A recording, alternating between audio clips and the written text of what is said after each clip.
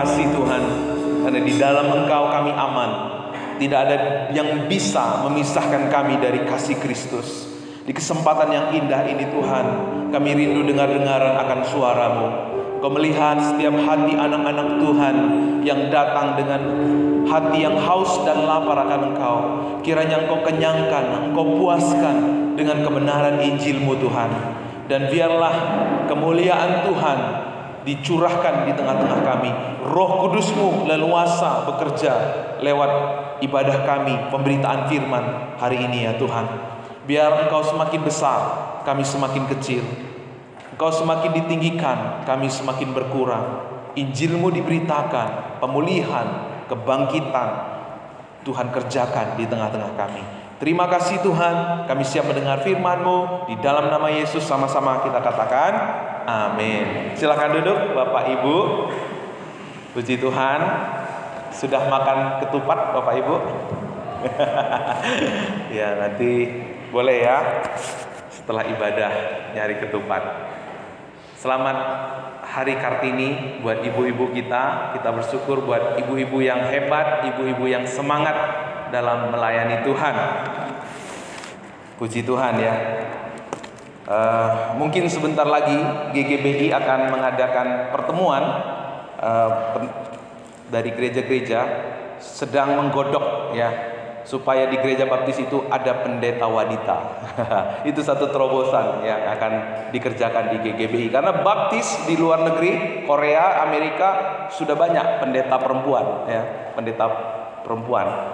Di Indonesia yang belum ada. Karena itu perlu ada pembaharuan. Saya rindu di sini bukan hanya laki-laki aja yang khotbah, tapi ada perempuan juga yang khotbah. Amin. Ya, karena Tuhan bekerja tidak dibatasi oleh gender. Tuhan bekerja, kalau Tuhan bekerja, Tuhan bisa pakai siapa saja. Nah saudara, kita kembali ke khotbah dari kitab Roma. Nah hari ini kita belajar bersama-sama tentang rasa aman, keamanan di dalam Kristus. Sebelum itu saya mau cerita tentang seorang imigran Rusia namanya Peter Danke. Peter Danke ini adalah seorang imigran Rusia tahun 1911 yang melarikan diri dari revolusi komunis ya. Ibunya dengan uang seadanya membelikan tiket kapal untuk dia pergi ke Amerika, lalu membekalinya dengan beberapa helai kain dan juga roti. Terbatas karena revolusi itu tidak baik sekali ya. Akhirnya Peter berangkat dengan kapal menuju Amerika. Dalam perjalanan Peter itu sudah mulai merasa lapar. Waktu dia melihat ke dapur, kepingin menikmati makanan yang ada di sana. Tetapi apa boleh buat, uangnya nggak ada. Karena ia berangkat dengan uang nggak dibekali dengan uang yang cukup. Akhirnya dia mendekati awak kapal. Lalu awak kapal mulai ngerti bahwa orang ini lapar. Kamu boleh kerja dengan kita. Kamu akan dapat makanan yang sederhana seperti apa yang kita makan. Lalu waktu Peter Danke tiba di Amerika, dia baru ngeh melihat tiketnya. Ternyata tiket ini udah sekalian 3 kali makan sehari. Kok aku baru tahu ya. Aduh, aku jadi kelaparan selama berhari-hari di kapal. Dia menyesal kenapa dia baru tahu gitu. Nah saudara, di dalam kehidupan kita mengiring Tuhan Yesus, ada banyak orang Kristen juga mengalami hal yang sama. Banyak hal yang mereka tidak tahu, bahwa ketika mereka mengikut Yesus, percaya kepada Yesus, bukan hanya membawa kita kepada keselamatan kekal, bukan hanya memindahkan kita dari neraka ke surga, tetapi ada paket keselamatan yang Tuhan sudah kerjakan di dalam penebusan anaknya Yesus Kristus. Karena itu Bapak Ibu, betapa penting kita mengikuti pengajaran firman. Kita mau mengikut Yesus, kita mau mengenal Yesus, tetapi hanya dengar khotbah pada hari Minggu, hanya baca firman Tuhan pada hari Minggu. Bagaimana kita bisa mengenal Tuhan yang begitu besar, tapi kita hanya mengenal Dia, berusaha mengenal Dia hanya sekali seminggu, atau membaca Alkitab di rumah. Baik memang Bapak Ibu, itu baik, tapi kita perlu yang namanya apa? Pendalaman firman. Kita perlu namanya mengikuti pengajaran firman. Karena lewat pengajaran firman kita akan mengenal Tuhan lebih dalam lagi. Karena itu di gereja kita ada PA kehidupan. Di Kamis depan akan ada PA kehidupan. Supaya apa? Jangan kita mengalami seperti Peter Denke tadi. Udah mau sampai akhir hidupnya, mau sampai di Amerika, baru tahu aku. Udah lapar, udah harus kerja di kapal. Itulah sebabnya Bapak Ibu, saya agak cerewet memotivasi Bapak Ibu untuk ikut PA kehidupan. Saya nggak mau jemaat yang saya layani akhirnya seperti Peter Denke. Saya tahu Bapak Ibu mungkin sudah banyak mengikuti VA, tapi perlu kita mengikuti PA lagi supaya kita dibaharui. Nah saudara, apa yang dialami oleh jemaat yang ada di Roma? Paulus mengatakan, oleh karena engkau kami ada dalam bahaya maut sepanjang hari. Kami telah dianggap sebagai domba-domba sembelihan. Kita tahu seorang Paulus karena pemberitaan Injil, dia harus digebukin, dia harus kelaparan, dia harus mengalami ketelanjangan, dia harus dipagut ular. Belum lagi ada kata-kata bulian pada waktu itu yang harus didengar oleh seorang Paulus karena dia mengikut Yesus. Tetapi kenapa Paulus tidak pernah mundur? Kenapa Paulus tetap menikmati damai sejahtera yang begitu besar dalam hidupnya? Karena dia mengerti satu hal. Ada paket yang Tuhan sudah kerjakan, yang memberi dia kekuatan, yang menuntun dia, yang memampukan dia. Paulus ingin menyampaikan kepada kita hari ini, jemaat Gereja Baptis Babaton, bahwa ketika kita memilih Yesus sebagai Tuhan dan Juru Selamat, tantangan apapun, kesulitan apapun, penderitaan apapun, itu tidak akan pernah memisahkan kita dari kasih Kristus. Lalu kenapa banyak orang akhirnya bisa terpisah dari kasih Kristus? Makanya kita harus belajar hari ini. Sebab firman Tuhan berkata, kamu akan tahu kebenaran, maka kebenaran itu akan memerdekakan kamu. Minggu yang lalu kita sudah belajar, di dalam kita hidup ini pasti menderita.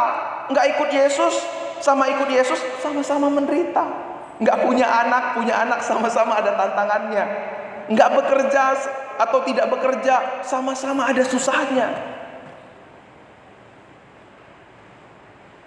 Kita mengikut Yesus pasti penuh dengan tantangan, karena iblis nggak senang. Tetapi puji Tuhan, dari perikop ini kita akan melihat apa yang Tuhan kerjakan buat kita, bagaimana kekuatan itu Tuhan sediakan buat kita, sehingga kita tidak akan pernah diubah oleh situasi keadaan di dalam kehidupan kita. Ya. Minggu yang lalu kita belajar, kita nggak perlu menghindari penderitaan. Kita juga tidak perlu untuk mencari penderitaan, ya. Karena penderitaan itu pasti datang. Nggak pun kita undang, nggak pun kita cari, pasti datang. Dan nggak bisa kita hindari. Jadi Bapak Ibu, waktu kita menjalani hidup ini, yang penting adalah tuntunan Tuhan. Yang penting adalah tuntunan Tuhan. Kita nggak bisa mencari zona nyaman dalam hidup kita.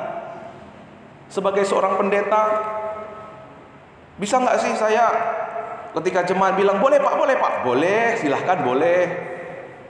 Bisa nggak saya seperti itu? Bisa. Yang penting jemaat yang saya layani itu senang sama saya, nanti mereka memperhatikan saya. Bisa nggak seperti itu? Bisa. Saya melayani di gereja ini, ada apa di sini? Saya biasa aja, nggak mau tahu lah.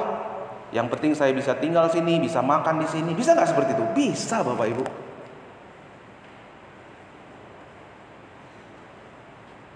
Tetapi sebagai orang-orang yang telah menemukan identitasnya dalam Kristus, kita akan selalu mengikuti, berjuang mengikuti pimpinan Tuhan. Meskipun ada tantangan di balik itu semua. Itulah sebabnya Paulus mengajar kita hari ini.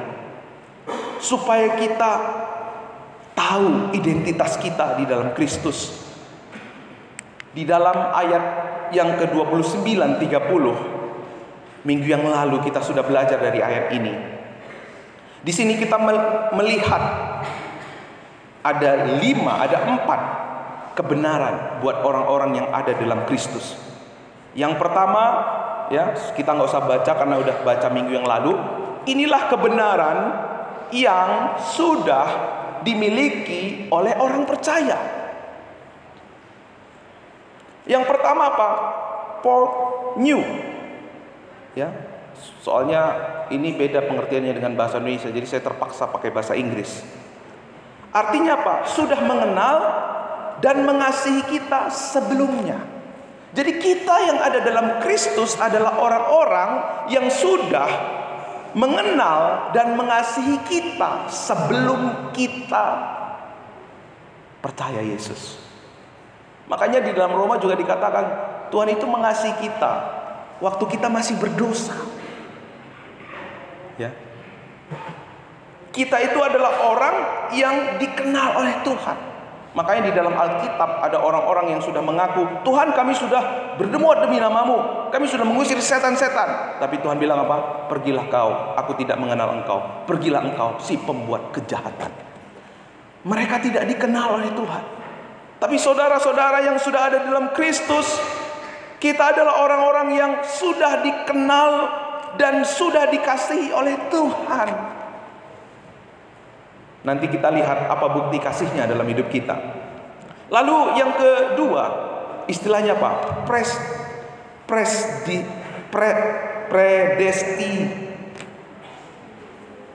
atau bahasa ininya predestinasi, ya. Sudah ditetapkan, direncanakan sebelumnya. Makanya Daud bilang, engkau telah menenun aku sejak dalam kandungan ibuku. Engkau telah menentukan tahun-tahun dalam hidupku. Daud menyadari bahwa dirinya adalah orang yang Tuhan sudah tetapkan dan direncanakan sebelum dunia dijadikan. Jadi ingat Bapak Ibu, kita di sini ditetapkan sebagai anak-anak Tuhan bukan kemarin waktu kita mengaku Yesus, tapi sebelum dunia dijadikan, kita sudah ditetapkan sebagai anak-anaknya. Yang ketiga, kita adalah orang-orang yang terpanggil. Kita bukan hanya orang-orang yang terpilih, tetapi kita adalah orang yang dipanggilnya. Kapan saudara tahu bahwa saudara adalah orang yang dipanggil Tuhan atau enggak? Sama seperti gembala memanggil dombanya. Waktu gembala memanggil dombanya dengan namanya, dombanya pasti datang. Pasti datang, apapun tawaran, apapun tantangan, ketika dia dengar suara gembalanya, dia pasti selalu akan datang. Itulah sebabnya waktu kita mendengar kebenaran firman Tuhan, hati kita itu berkobar-kobar. Mau dengar lagi, mau dengar lagi. Tidak hanya sampai di telinga, tetapi kita berjalan kepada apa yang Tuhan kehendaki dalam hidup kita. Jangan bilang saudara adalah orang yang terpanggil kalau itu adalah kebenaran firman Tuhan, tetapi saudara mengabaikannya dengan seenaknya. Gak mungkin, ya. Orang yang dipanggil Tuhan itu selalu menyondengkan telinganya untuk dengar-dengaran, untuk peka terhadap pimpinan Tuhan. Yang keempat, justified. Kita adalah orang yang dibenarkan. Kita punya identitas sebagai orang yang dibenarkan oleh Tuhan. Bukan oleh perbuatan kita, tetapi karena iman kepada Yesus Kristus. Kalau kita dibenarkan, maka tidak ada lagi penghukuman bagi kita. Memang buat anak-anak Tuhan selalu ada disiplin, tapi bukan penghukuman. Kalau kita nakal dikit, pasti papa kita, orang tua kita mendisiplin. Begitu juga dengan Tuhan. Tuhan pasti mendisiplin kita, tapi bukan karena dia ingin murka sama kita, bukan karena dia marah sama kita, tapi karena Dia sayang kepada kita. Amin. Yang terakhir, kita adalah orang-orang yang pasti akan dimuliakan.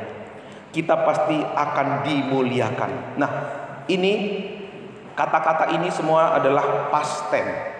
Sudah terjadi. Kenapa past tense? Karena Yesus yang mengerjakannya buat saudara dan saya. Amin. Bukan kita yang mengerjakannya. Kita mensyukurinya saja. Makanya waktu kita menyadari identitas ini, kita akan selalu merindukan suara Sang Gembala. Kita akan menjadi orang yang, Tuhan, aku mau seperti Engkau. Kita akan menjadi orang-orang yang longing to Jesus. Kita rindu, kita mendambakan Yesus nyata di hidup kita. Ayat yang ke-31 dikatakan di sana ada 5 pertanyaan di sini. Sebab itu, apakah yang akan kita katakan tentang semuanya itu? Jika Allah di pihak kita, siapakah yang akan melawan kita? Sering sekali dalam situasi-situasi yang kita hadapi, banyak musuh-musuh kita. Beberapa waktu yang lalu kita menghadapi musuh kita, Pak, COVID.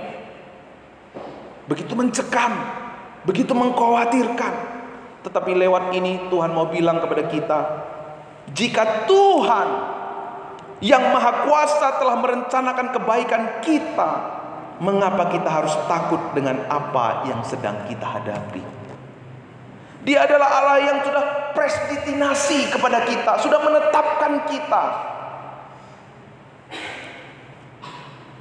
sudah merencanakan kebaikan buat kita. Mengapa kita harus takut terhadap apa yang kita hadapi saat ini? Apa yang Bapak Ibu sedang hadapi yang membuat saudara takut hari ini? Ingat, Dia adalah pribadi yang ada di pihak kita, bukan pribadi yang menjadi lawan kita. Kita bukan setru-setru Allah. Kalau kita adalah di pihak Allah, siapa yang akan melawan kita?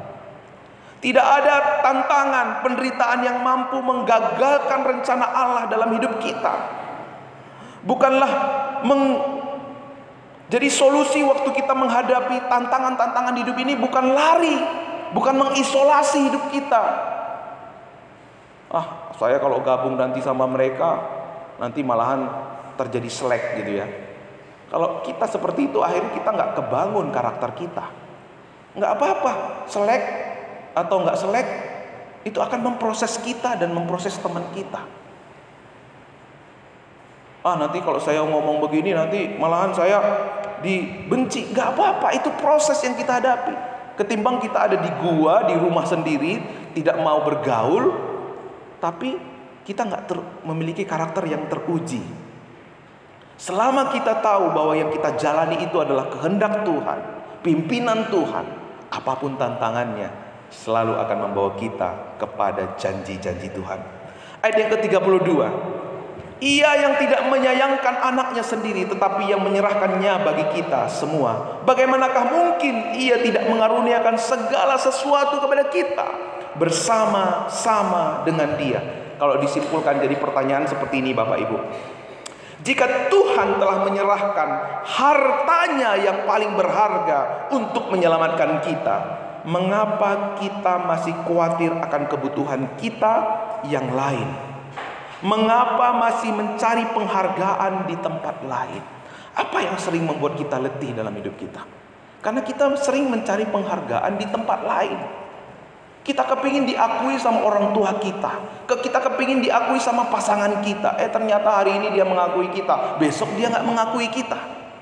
Kita letih dalam hidup ini. Saya sudah mengerjakan ini, saya sudah mengerjakan ini. Mana penghargaannya? Mana rasa terima kasihmu? Kita akan capek, letih. Tetapi saudara, waktu saudara tahu satu kebenaran, Dia telah menyerahkan anaknya yang paling Dia sayangi. Kalau yang terbaik dari Tuhan Dia sudah berikan kepada kita.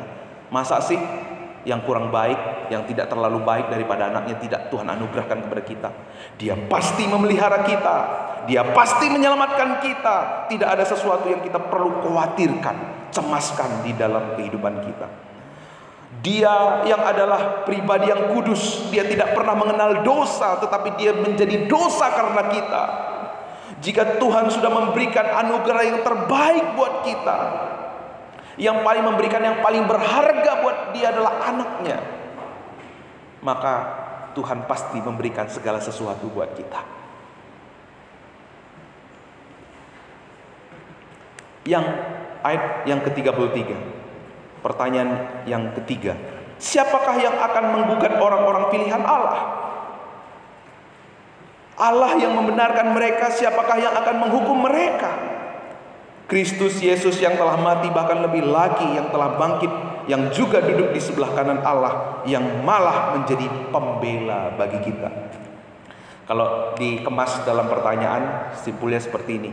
Jika Tuhan menerima kita, penerimaan siapa yang masih kita dambakan dalam hidup kita?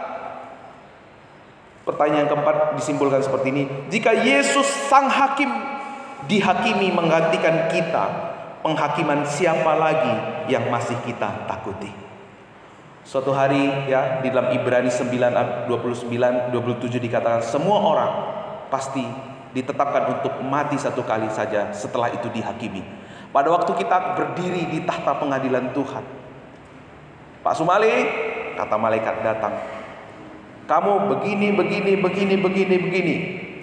Waktu itu Tuhan Yesus berdiri untuk Pak Sumali. Malaikat, dosa Pak Sumali aku sudah tanggung. Pelanggaran-pelanggarannya sudah selesai 2023 tahun yang lalu. Malaikat tidak berani berbuat apa-apa sama Pak Sumali. Masuklah dalam kebahagiaan Tuhanmu. Karena dia menjadi hakim, dia juga menjadi pembela buat kita. Maka tidak ada penghakiman yang kita perlu takutkan dalam hidup kita. Yang ada adalah damai sejahtera, yang ada adalah sukacita, yang ada adalah kemenangan di dalam Yesus yang memberi kita kekuatan baru. Ya, dalam hidup ini ya saya termasuk adalah orang, ya saya cerita sedikit masa lalu saya tidak malu ya, karena ini saya rindu ini juga akan membangun buat kita semua. Saya adalah anak yang dibesarkan tanpa ayah. Saya itu dibesarkan tanpa sosok ayah. Lalu kami tinggal sama nenek saya. Di situ ada bibi-bibi saya.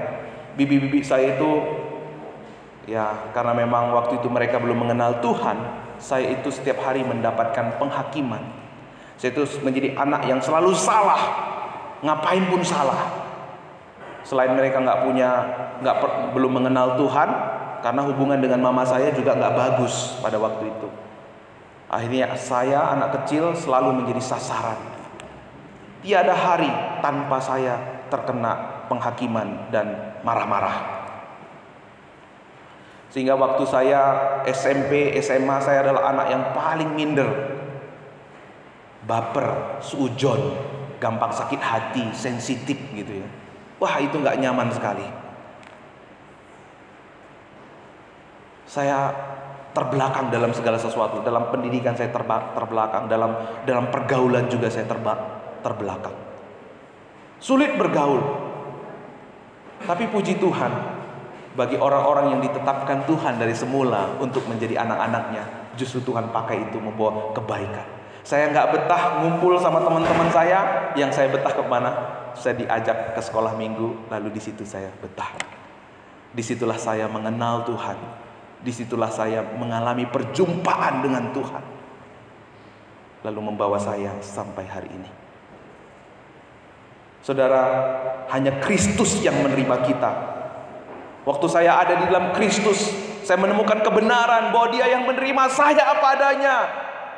Dia tidak mengingat-ingat lagi pelanggaran saya. Dia bukan Allah yang datang untuk menghakimi, tetapi mengasihi. Itulah yang membuat saya bangkit. Itulah yang memulihkan saya dari anak yang penuh dengan problemaker gitu ya, menjadi pembawa masalah dimanapun berada. Karena sensitif, diubah Tuhan. Setidaknya tidak seperti yang waktu saya belum dipulihkan. Nah, saudaraku yang dikasih Tuhan, hanya Kristus yang terima kita apa adanya. Dunia menerima kita karena ada maunya, tapi Kristus menerima kita karena apa adanya. Yang terakhir, ayat 35. Siapakah yang akan memisahkan kita dari kasih Kristus? Penindasan atau kesesakan atau penganiayaan atau kelaparan atau ketelanjangan atau bahaya atau pedang. 38:39, ya, tidak akan dapat memisahkan kita dari kasih Kristus. Semua tantangan, kesulitan yang kita hadapi, tidak ada yang bisa memisahkan kita dari kasih Kristus. Kalau disimpulkan dalam pertanyaan seperti ini, jika tidak ada yang bisa memisahkan kita dari kasih Tuhan, masih adakah yang perlu kita takutkan di dalam kehidupan kita? Iblis sering menipu kita dengan situasi-situasi yang kita hadapi. Tuhan, nanti aku gak diterima Tuhan. Oh Tuhan, nanti aku gak mampu Tuhan.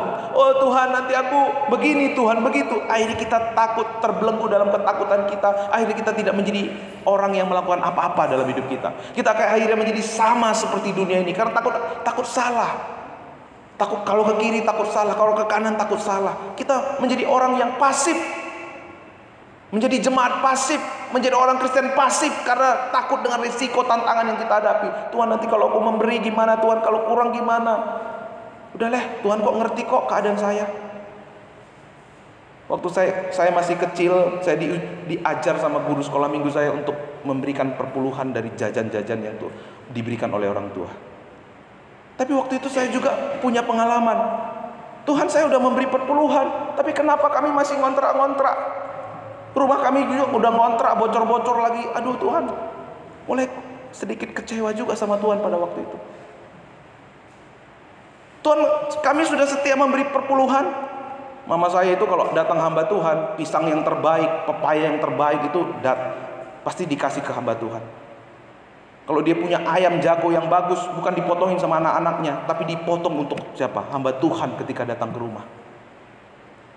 Tapi saya juga mulai kecewa sama Tuhan. Tuhan, kita sudah memberi perpuluhan, tapi kita belum punya rumah. Sapi yang kami pelihara, Tuhan izinkan dicuri orang.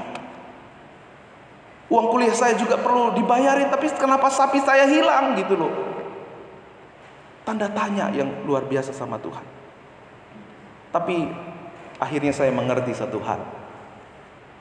Kenapa pada waktu saya belanja, uang yang dikembalikan itu lebih. Pada waktu ada uang, saya punya kesempatan untuk mengambil untuk pribadi saya, tapi saya tidak punya kekuatan untuk ambil. Kenapa? Karena justru waktu saya taat, Tuhan mengajar kita untuk taat mengembalikan milik Tuhan. Kita dilindungi dari cinta uang.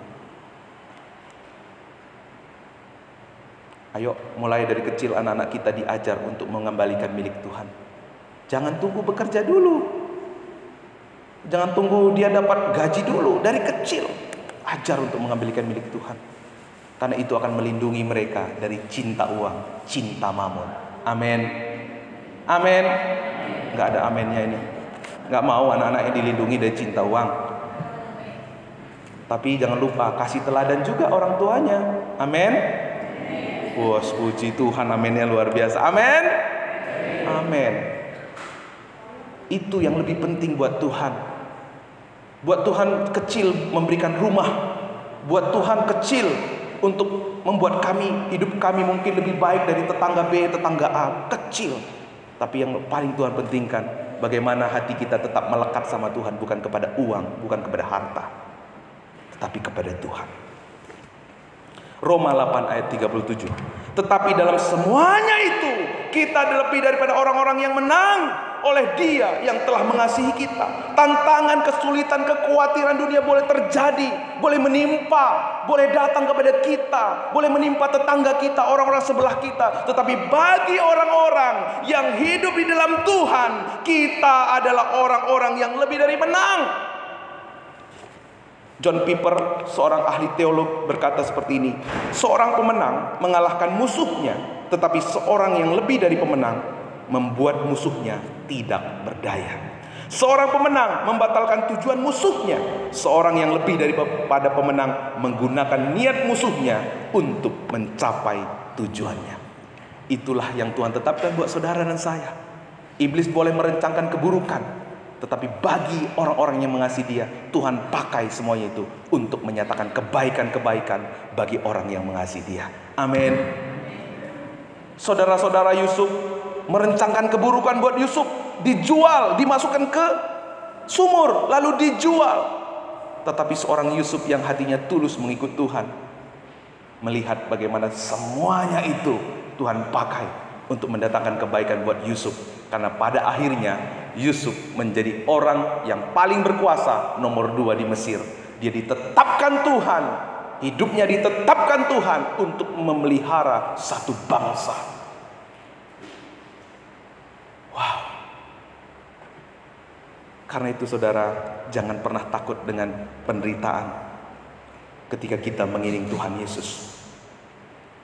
2 Korintus 4 ayat 17. Yuk sama-sama kita baca. 1, 2, 3 ya. Sebab penderitaan ringan yang sekarang ini mengerjakan bagi kamu kemuliaan kekal yang melebihi segala-galanya, jauh lebih besar daripada penderitaan kami. Amin. Penderitaan ringan yang kita hadapi ini akan mengerjakan bagi kita kemuliaan kekal. Untuk apa kita hidup kalau tidak ada kemuliaan Tuhan dinyatakan dalam hidup kita? Untuk apa harta kita banyak tapi tidak ada kemuliaan Tuhan dinyatakan dalam hidup kita? Untuk apa kita pintar secara manusia tapi tidak dinyatakan kemuliaan Tuhan dalam hidup kita? Apa artinya kita hidup? Sama, gak ada bedanya dengan dunia ini. Karena Bapak Ibu tahu, esensi Injil itu bertolak belakang dengan dunia. Dunia berkata, saya mesti bahagia, saya mesti tidak menderita. Tetapi Kristus berkata, aku memberi hidupku bagimu. Aku mati supaya kemuliaan melalui kehinaan dinyatakan dalam hidupmu. Penembusan melalui penderitaan dinyatakan di dalam hidup kita. Pengharapan melalui kekecewaan, sukacita melalui duka cita, dan damai sejahtera melalui pergumulan. Mari kita tunduk kepala. Maukah saudara hari ini mengakui bahwa penderitaan yang terjadi saat ini Tuhan izinkan terjadi untuk menyatakan kemuliaan-Nya lewat kehidupan saudara? Dia adalah pribadi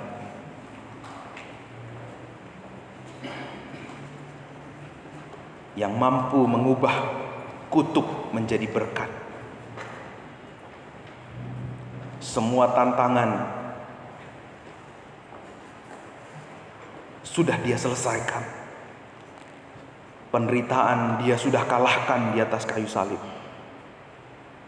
Dia juga mampu mengubah penderitaan dalam hidup saudara, menyatakan kemenangan yang gilang gemilang. Dia lebih besar dari apa yang kita alami. Kasih-Nya terlebih besar dari kesulitan-kesulitan yang kita hadapi. Bagaimana respon kita selama ini menghadapi kesulitan, tantangan, penderitaan yang Tuhan izinkan? Apakah kita mencari jalan keluar di tempat lain? Apakah kita buru-buru untuk memberi solusi? Kita lupa dengan pribadi yang mengalahkan, yang sudah mengalahkan penderitaan. Kita lupa dengan identitas kita sebagai orang yang telah Tuhan tetapkan sebelum dunia dijadikan. Kita adalah orang-orang yang dikenal Tuhan. Dia tidak pernah akan meninggalkan kita. Dia tidak akan pernah melupakan kita. Kita lupa kalau kita mungkin selama ini adalah orang-orang yang dipanggil Tuhan.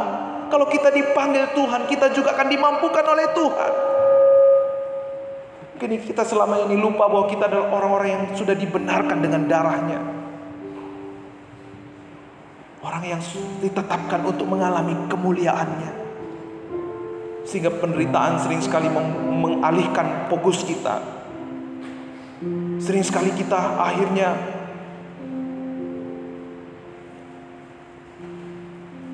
mencari jalan keluar di tempat lain. Hari ini mari kita bertobat di hadapan Tuhan. Mari kita mengakui kelemahan kita. Mari kita datang kepada Tuhan. Tuhan, baharui hatiku ya Bapa. Aku yang sering dikalahkan dengan kecemasan, aku yang sering dikalahkan dengan ketakutan, aku yang sering dikalahkan dengan situasi, kondisi, dan keadaan. Tuhan, aku mau dibaharui hari ini Tuhan.